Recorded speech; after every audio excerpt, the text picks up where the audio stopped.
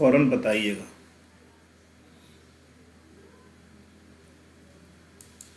السلام علیکم ورحمۃ اللہ۔ ان الحمد للہ والصلاۃ والسلام علی رسول اللہ۔ آج کا ہمارا سبق ہے سورہ طٰہٰ آیت نمبر 1 سے 20 سے لے کر 1 سے 22 تک 122 تک کا ترجمہ۔ اس میں ہم یہ جان پائیں گے کہ ابلیس کا آدم علیہ السلام پر انتقامی وار کیسا تھا۔ ابلیس کے حملے کا پہلا نتیجہ کیا نکلا، لالچ کے نقصانات کیا ہیں، رب تعالیٰ کا آدم علیہ السلام سے رویہ کیسا رہا۔ چلتے ہیں سبق کی جانب۔ اعوذ باللہ من الشیطان الرجیم، بسم اللہ الرحمن الرحیم۔ فوسوس الیہ الشیطان قال یا آدم۔ اللہ تبارک و تعالیٰ نے فرشتوں کو حکم دیا کہ آدم علیہ السلام کو سجدہ کرے۔ سب سجدے میں پڑ گئے، لیکن ابلیس نے انکار کر دیا۔ اس انکار کی وجہ سے اسے جنت سے نکال دیا گیا۔ اب اس کو غصہ آ گیا۔ اس نے کہا کہ اس آدم کی وجہ سے میں جنت سے نکالا گیا ہوں، اب اس سے میں انتقام لوں گا۔ اللہ تبارک و تعالیٰ سے اس نے چھٹی لے لی، بھی میں اسے ضرور گمراہ کروں گا۔ اب اس نے وار کیا آدم علیہ السلام پر، تو ان کے دل میں وسوسہ ڈالا اور کہا ان سے فوسوس، پھر وسوسہ، اس نے وسوسہ ڈالا، الیہ، الی، طرف ہی، اس کی، الشیطان، شیطان نے، فوسوس الیہ الشیطان، تو شیطان نے اس کی طرف وسوسہ ڈالا، شیطان نے اس کو وسوسہ ڈالا، اس کے دل میں خیال ڈالا، قال، کہا، یا آدم، اے آدم۔ آدم علیہ السلام کو مخاطب کر کے ابلیس کہتا ہے فوسوس الیہ الشیطان قال یا آدم، پھر شیطان نے اس کے وسوسہ ڈالا، کہا اے آدم۔ وہ وسوسہ کیا تھا؟ هل ادلک علی شجرۃ الخلد وملک لا یبلی۔ کہنے لگا کہ میں تمہیں ایسے درخت کے بارے میں نہ بتاؤں جو ہمیشہ رہے گا، اور تمہاری بادشاہت کبھی پرانی نہیں ہوگی، کبھی ختم نہیں ہوگی۔ اب آدم علیہ السلام کو اللہ تبارک و تعالیٰ نے جس درخت سے کا پھل کھانے سے منع کیا تھا، اسی درخت کے بارے میں وہ کہنے لگا کہ اس کا پھل کھا لے تم فرشتے بن جاؤ گے اور ہمیشہ رہو گے، اور تمہاری یہاں بادشاہت کبھی کمزور نہیں ہوگی۔ هل ادلک، یہ تھا وسوسہ جو ابلیس نے آدم علیہ السلام سے کہا، اور ان کو اس بات پر انہوں نے قائل کیا۔ حل، کیا، ادلو، دلہ یدلو، ایسے اسی سے لفظ ہے دلیل، دلہ، اس نے آگاہ کیا، یدلو، وہ آگاہ کرے گا، یا کی جگہ پر الف لگا دیں، ادلو، میں آگاہ کروں گا۔ حل ادلو، کیا میں آگاہ کروں کا تجھے، علی پر، شجرۃ، ایک درخت، حل ادلک علی شجرۃ، کیا میں تمہیں ایک درخت کے بارے میں بتاؤں؟ کیسا درخت؟ الخلد، ہمیشگی کا، شجرۃ الخلد، ہمیشہ رہنے والا درخت، یعنی اس کا پھل کھا لیں گے تو آپ فرشتے بن جائیں گے اور ہمیشہ ہی رہیں گے۔ وَمُلْكٍ، اور ملکن، بادشاہت، لا، نہیں، یبلا، کمزور ہوگی، پرانی ہوگی۔ حل ادلک علی شجرۃ الخلد وملک لا یبلا، بلا، بالیہ، وہ کمزور ہو گیا، یبلا، وہ کمزور ہوگا۔ حل ادلک علی شجرۃ الخلد، کیا میں تجھے ہمیشگی کا درخت بتاؤں؟ وملک لا یبلا، اور ایسی بادشاہت جو پرانی نہ ہوگی۔ اب آدم علیہ السلام کو اور اماں جی کو قائل کر لیا اس درخت کا پھل کھانے سے جس درخت سے اللہ تبارک و تعالیٰ نے روکا ہوا تھا۔ فَأَكَلَ مِنْهَا فَبَدَتْ لَهُمَا سَوْآتُهُمَا۔ فَأَكَلَ پھر اکلا ان دونوں نے کھا لیا، اکلا اس نے کھا لیا، اکلا آگے لام الف لگا دیں تو دو کے لیے آ گیا، نصرا اس نے مدد کی، نصرا لمبا کرے ذرا، نصرا ان دونوں نے مدد کی، تو فاکلا تو ان دونوں نے کھا لیا، منہا من سے، ہا اس سے، اس درخت کے پھل سے ان دونوں نے کھا لیا جس درخت سے اللہ تبارک و تعالیٰ نے منع کیا تھا۔ دیکھیو کیسی اس نے ترکیب چلی کہ جس درخت سے اللہ تبارک و تعالیٰ نے کھانے سے منع کیا تھا اسی درخت کے خلاف اس ورگلا لیا، وصہ ڈال لیا اور قید بتایا کہ اس کا پھل کھا لیں گے تو فرشتے بن جائیں گے اور ہمیشہ رہیں گے، آپ کی بادشاہت کبھی ختم نہ ہوگی۔ اب اس کے وصے میں آ گئے اور پھل کھا لیا۔ اس کا پہلا نتیجہ کیا نکلا پھل کھانے کا؟ فَبَدَتْ لَهُمَا سَوْآتُهُمَا، فَبَدَتْ بدا ظاہر ہو گیا، بدت ظاہر ہو گئی مؤنث ہے، لہما لا لیے، ہما ان دونوں کے، لہو اس کے لیے، لہم ان کے لیے، لہما ان دونوں کے لیے، دونوں میاں بیوی کے لیے ظاہر ہو گئی کیا؟ سوآت ستر شرمگاہیں، ہما ان دونوں کی، جسم کے اوپر جو قدرتی لباس تھا وہ اتر گیا، جسم ننگا ہو گیا۔ اب جب جسم ننگا ہو گیا تو پریشان ہو گئے۔ دیکھیے پہلا وار کیا ہے ابلیس کا کہ بندے کے کپڑے اتارنا، بندے کو ننگا کر دینا، یہ اس کا وار تھا اور اس کا پہلا رزلٹ یہ نکلا کہ آدم علیہ السلام کے اور اماں جی کے کپڑے جو تھے وہ اتر گئے۔ اور شیطان جہاں بھی یہ داؤ لگاتا ہے نا، پہلی اس کی کوشش یہی ہوتی ہے، کیونکہ اس میں رغبت ہوتی ہے دونوں کے لیے، مرد کے لیے بھی عورت کے لیے بھی، تو اس رغبت کی بنا پر وہ اس سے جلدی اس میں قائل ہو جاتے ہیں، مائل ہو جاتے ہیں اس گناہ کی طرف، تو ان کے بھی کپڑے اتر گئے۔ فَأَكَلَ مِنْهَا فَبَدَتْ لَهُمَا سَوْآتُهُمَا، پھر کھایا انہوں نے اس سے تو ظاہر ہو گئے ان کے ستر۔ جب ستر ظاہر ہو گئے، دیکھیے کچھ کے نا مائک کھلے ہوئے ہیں، ہاں جی، یہ عمران اور ایک دو اور بھی ہیں، سعید صاحب کا بھی مائک کھلا ہوا ہے، یہ بند کر لیجیے، ہاں جی۔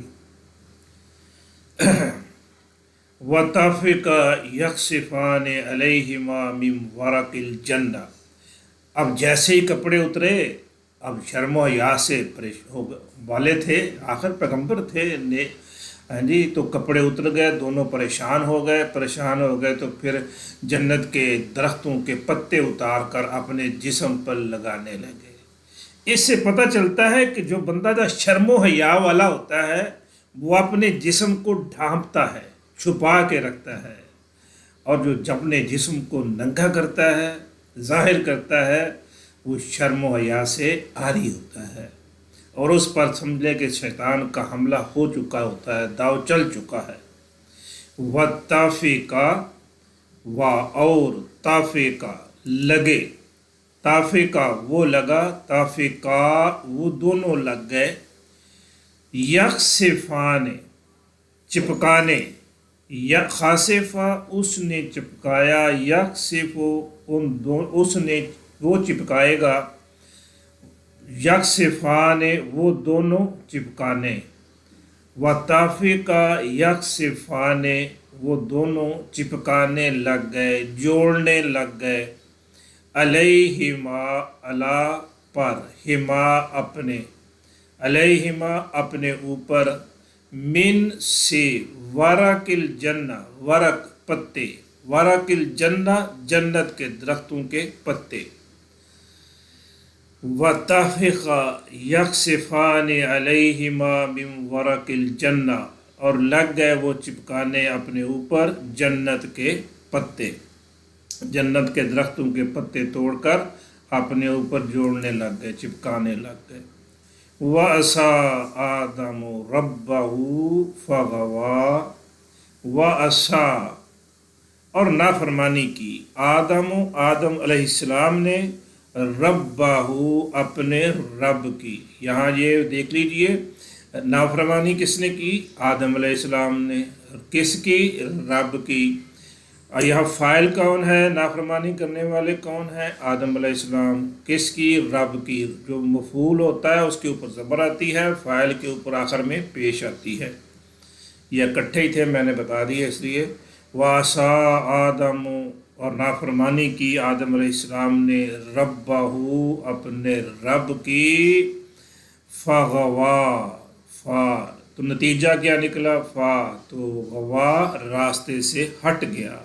جس راستے پر اللہ تبارک و تعالیٰ نے لگایا تھا کہ یہ درخت ہے اس کے قریب نہیں جانا، اس راستے سے ہٹ گیا.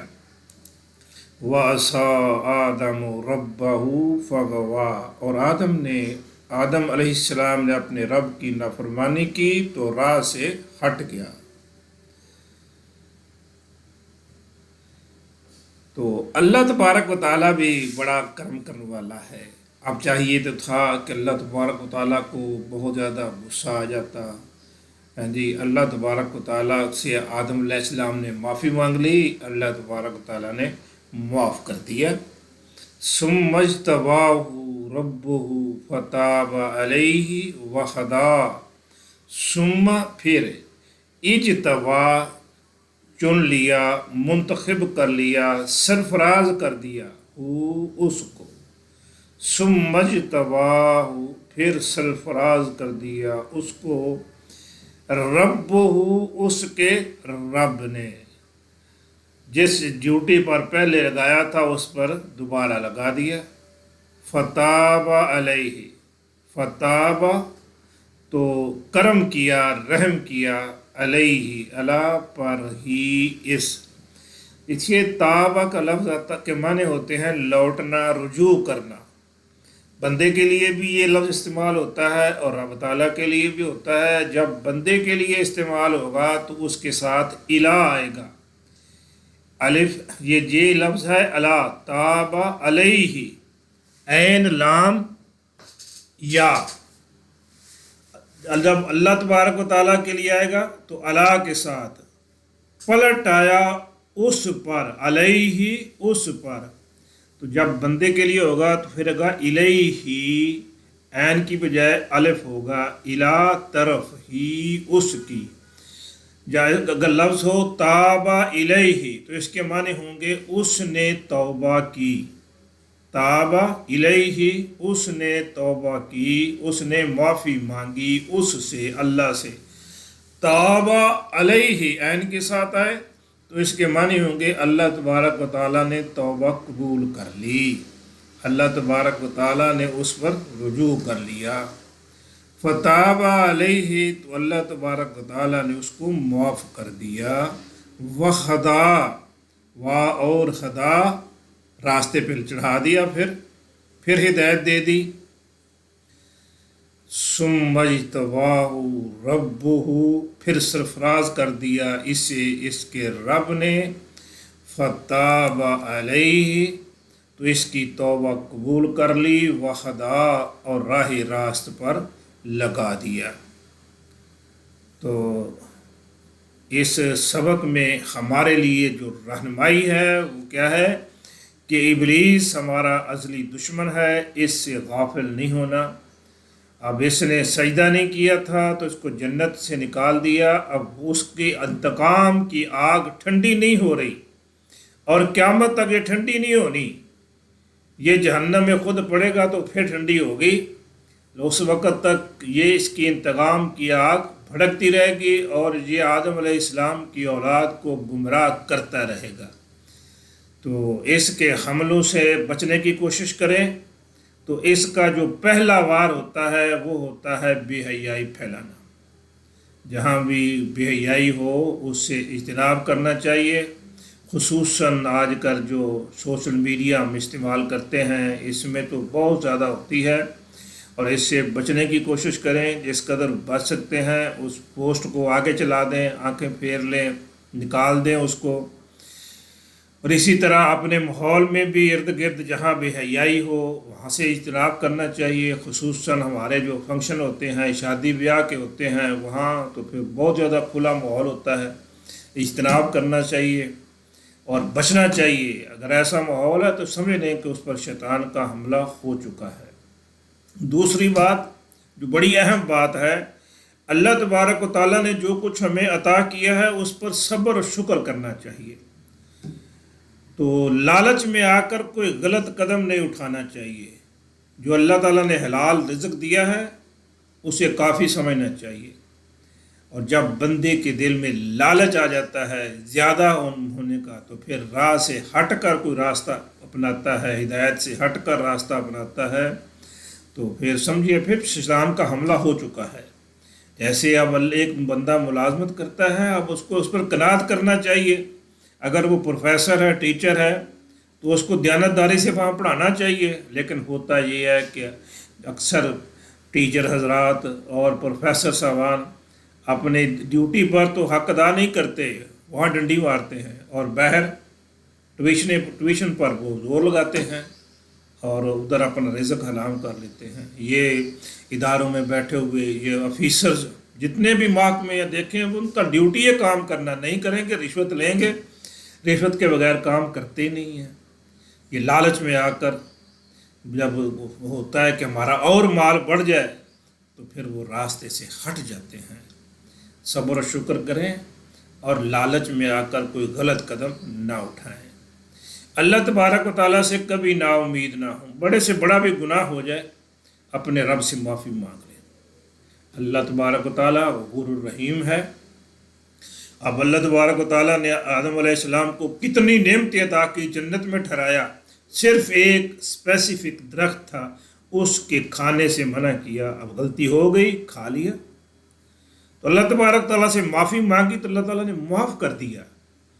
تو یہ ہمارے لیے مثال ہے کہ ہم بھی انسان ہیں، خطا کار ہیں، غلطیاں ہو جاتی ہیں، تو اپنے رب سے معافی مانگ لیں، اللہ تبارک تعالیٰ ہمیں معاف کرتے ہیں۔ اللہ ہمارے چھوٹے بڑے سب گناہ معاف کر دے اور ہمیں ابلیس